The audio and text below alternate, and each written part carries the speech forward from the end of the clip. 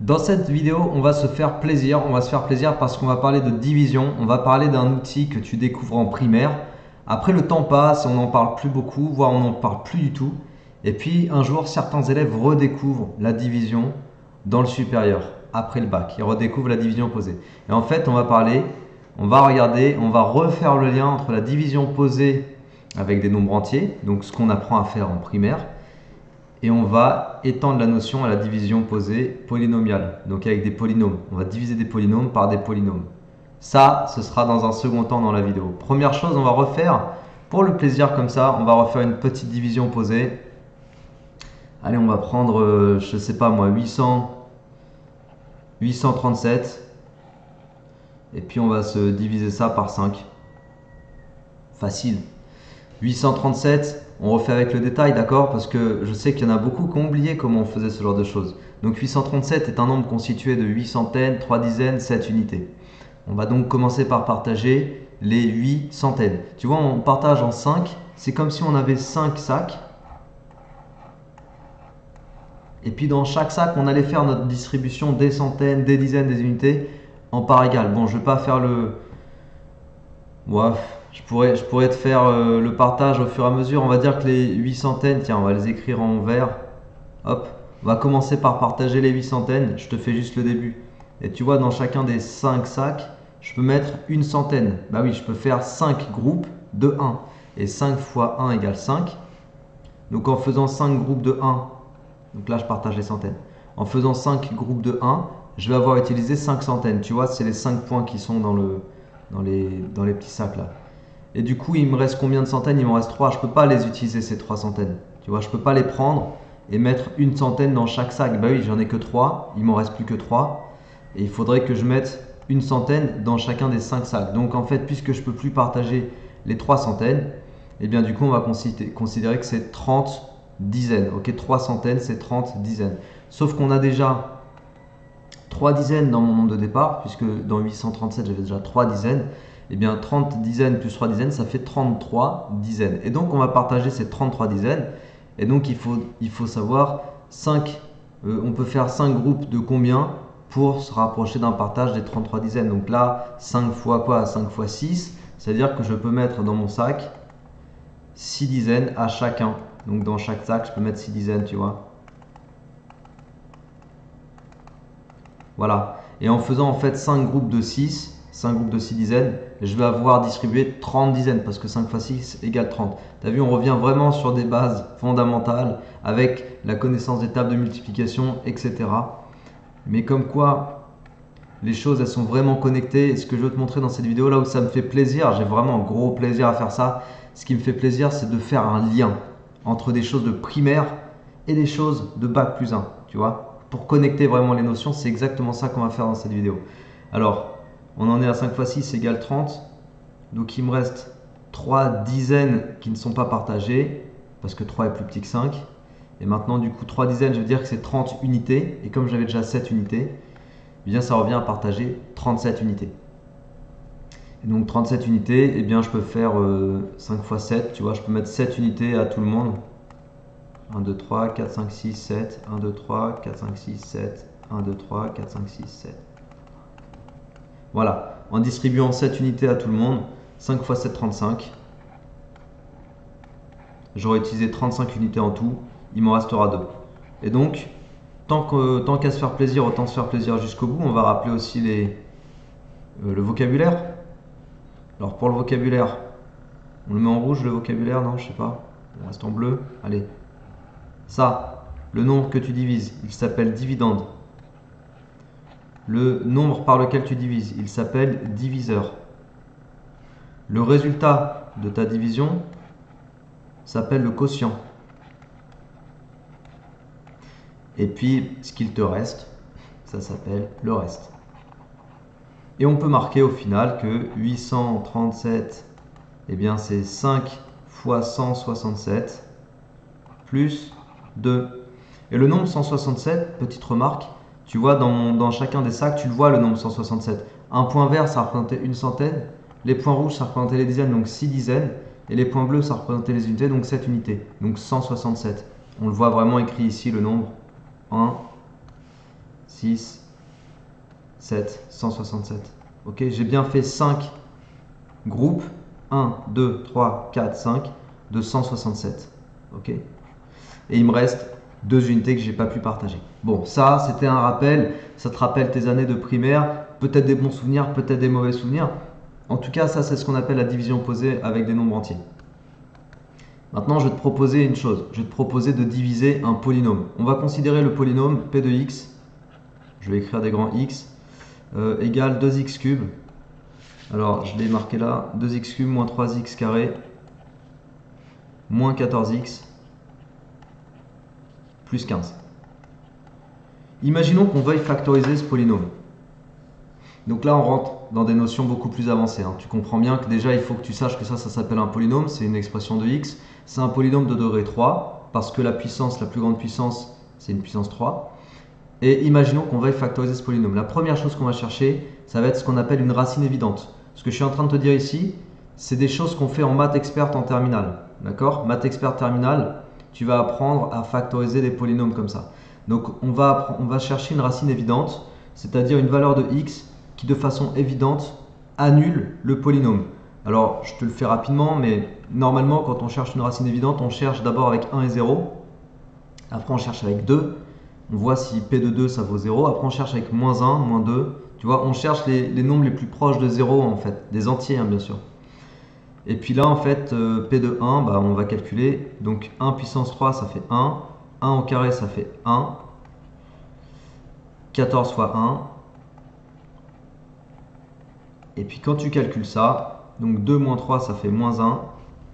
Moins 14 plus 15. Et bien tout ça, ça fait 0.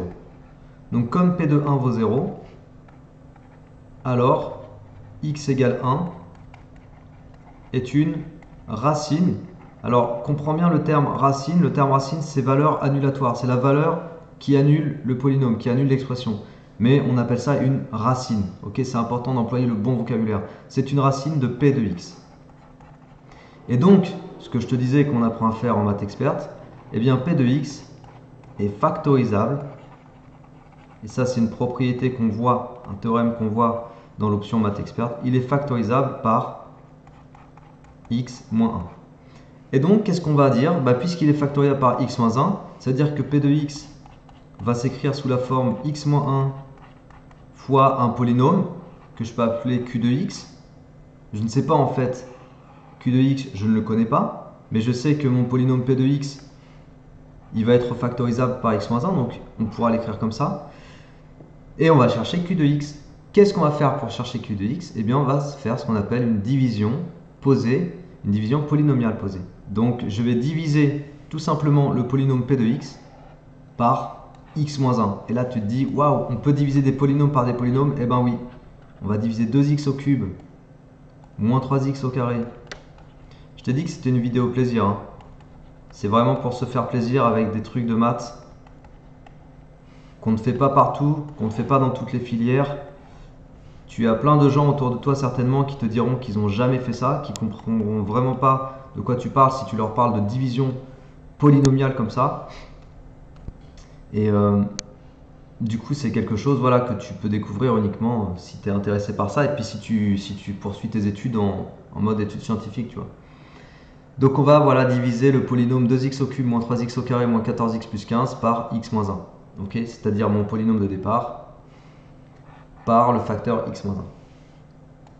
Bon, on va faire un peu le même topo que ce que je t'ai montré tout à l'heure avec notre petite division en mode bisounours primaire.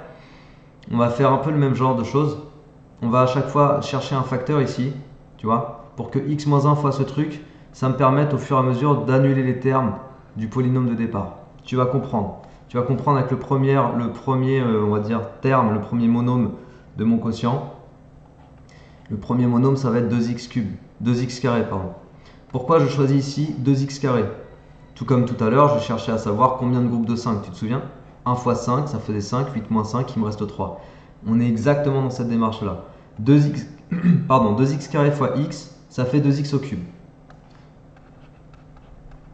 Et 2x carré fois moins 1, ça fait moins 2x carré. Et du coup, qu'est-ce que je fais? Je soustrais au polynôme de départ la quantité 2x cube moins 2x carré. La conséquence, 2x cube moins 2x cube, bah, ça fait 0. Et moins 3x carré moins 2x carré, attention parce que j'ai moins, ça fait plus. Donc moins 3x carré plus 2x carré, ça fait moins x carré. Donc il me reste en fait moins x carré. De la même façon, je te fais l'analogie à chaque fois que tout à l'heure. 8 moins 5, il me restait 3. Et après, du coup, je refais la division avec 33. Et bien là, du coup, je vais refaire la division avec moins x carré moins 14x plus 15. Tu vois, je reprends à chaque fois. Bon, là, je reprends tous mes termes. Je pourrais reprendre juste moins x carré moins 14x si je voulais, ça ne changerait rien. Mais je prends tout le monde. Du coup, on va chercher à multiplier x moins 1 par un monôme de façon à annuler le x carré. Bah, x moins 1, il faut que je multiplie ça par moins x carré. Effectivement, moins x par moins x, pardon. Effectivement, moins x fois x, ça fait moins x carré. Je reprends, moins x fois x, ça fait moins x carré.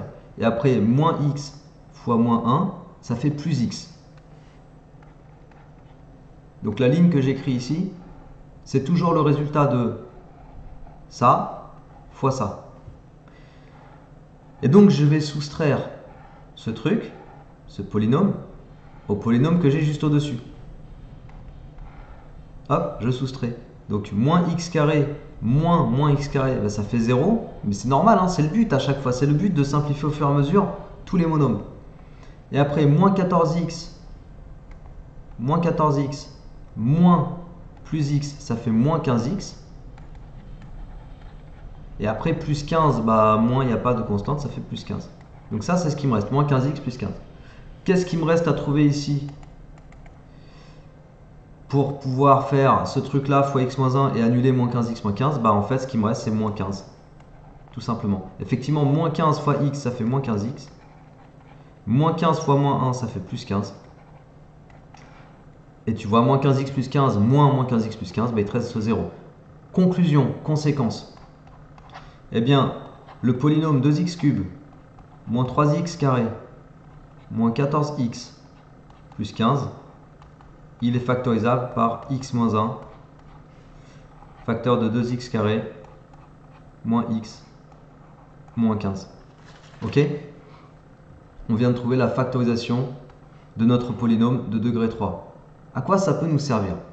Eh bien, une utilisation vraiment simple et directe de cette technique, ça va être par exemple, si tu as une équation de ce genre-là, 2x cube moins 3x carré moins 14x plus 15 égale 0. Voilà. Tu as une équation comme ça à résoudre. 2x cube moins 3x carré moins 14x plus 15 égale 0. Tu ne peux pas la résoudre en allant isoler x directement parce que tu vois, tu as x au cube, x au carré, etc. Tu ne peux pas utiliser ta technique qui fonctionne avec les polynômes du second degré parce que là, tu as un polynôme de degré 3, donc ça ne fonctionne pas pareil.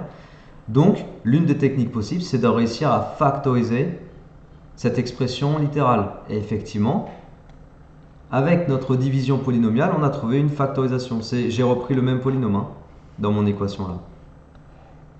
Donc, la factorisation de ce polynôme, c'est x moins 1 fois 2x carré moins x moins 15.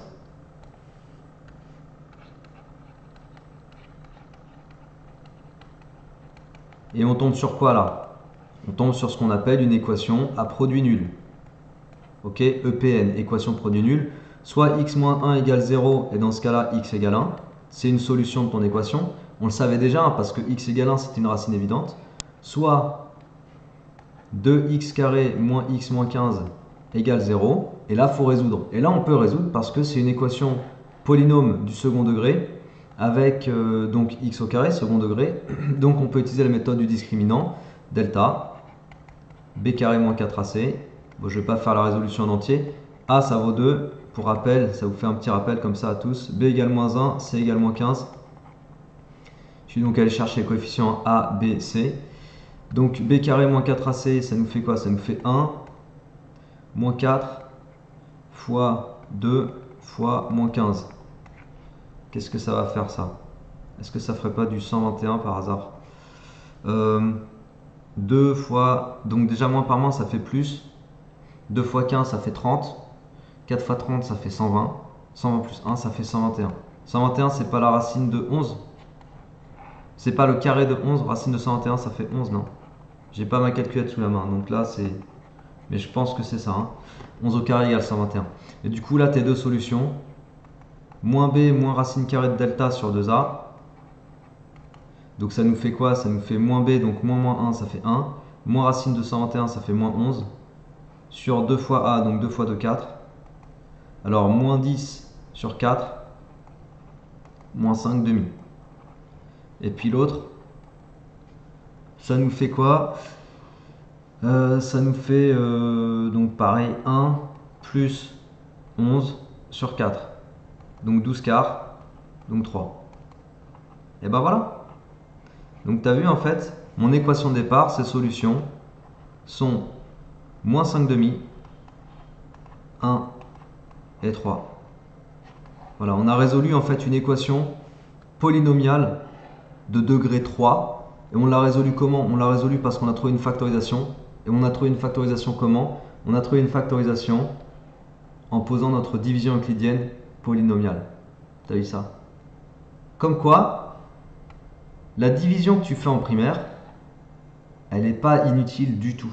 Du tout, du tout, du tout. Notamment dans le mécanisme. Tu vois, tout le mécanisme qu'on a suivi quand on a dit bah, 5 groupes de 1, 5 fois 5, 5, il me reste 3, après je m'occupe de 33, etc. C'est un mécanisme qu'on a retrouvé au moment où je me suis occupé de faire 2x carré fois x moins 1, ça me donne tout ça, je soustrais, il me reste 0 moins x carré, etc. C'est la même démarche, c'est le même mécanisme. Et si on est à l'aise avec ce mécanisme en primaire, il n'y a aucune raison de bugger ici. Par contre, quand on n'a pas compris ça en primaire, c'est une lacune profondément ancrée, ça, tu vois. Voilà, mais bon, allez, c'était une vidéo plaisir pour montrer un petit peu, connecter en fait des mathématiques de primaire à des mathématiques du supérieur. Je te dis bac plus 1, c'est en général ça, par exemple, ce que je te montre là, c'est un truc qu'on peut retrouver en première année d'IUT, certains IUT, c'est en sciences, hein, bien sûr, genre mécanique ou énergie, etc. Tu vas retrouver ce genre de capacité ou de compétences requises en maths. Donc c'est vraiment une façon de connecter deux morceaux mathématiques qui sont très éloignés chronologiquement entre eux, primaire, supérieur. Tu vois, il s'est passé tout le collège, tout le lycée. Mais pour comprendre le passage de ça à ça, eh bien il faut juste comprendre, enfin plutôt de ça, pardon, à l'autre, il faut juste comprendre. Attends, on va faire un dernier petit truc. Bouge pas. Ça, je le mets dans ma petite bibliothèque. Non, c'est pas ça que je voulais faire. Hop. Hop. Regarde ce qu'on va marquer. Et puis on terminera la vidéo sur ça, mais c'est assez intéressant de tirer ce genre de bilan. Voilà. Voilà ma division de primaire. Voilà ma division du supérieur. On va la mettre là-bas. Et puis là, il s'est passé quoi là? Il s'est passé collège plus lycée. Tu vois? Et au collège, qu'est-ce que tu as vu? Tu as vu les expressions littérales. Donc tu as découvert qu'on pouvait exprimer des quantités avec des lettres. Tu as vu la factorisation, parce que je t'ai parlé de factorisation en fait, hein, ici. Tu vois, le but de faire cette division, c'est d'obtenir une factorisation du polynôme. Tu es d'accord? Et puis au lycée, tu as parlé de quoi? Tu as parlé de polynômes. Voilà, tu as découvert les polynômes, les résolutions d'équations polynomiales. Équations polynomiales. Hop. Et puis du coup, ce qui se passe, c'est que quand tu découvres tout ça, et quand tu as vu ça en primaire, il se passe quoi? Il se passe qu'à un moment donné, tu peux aller te servir de l'outil division posée pour pouvoir résoudre des équations polynomiales de degré supérieur à 2, puisque là on avait un degré supérieur à 2, tu vois. Et comme on n'a pas l'outil pour faire ça, on a cherché une factorisation, donc factorisation, vue au collège, etc. On a cherché une factorisation pour aller jusqu'à notre résolution d'équation. C'est vraiment ce genre de choses dont j'aime beaucoup parler en ce qui concerne les maths, connecter les idées dans le temps, comprendre les choses de primaire en lien avec les choses de lycée. Allez, je te laisse là, j'espère que ça t'a plu. N'oublie pas à t'abonner si tu n'es toujours pas abonné. partage cette vidéo si elle t'a plu. Et puis je te dis à très bientôt pour d'autres vidéos plaisir de ce type là. Allez, ciao!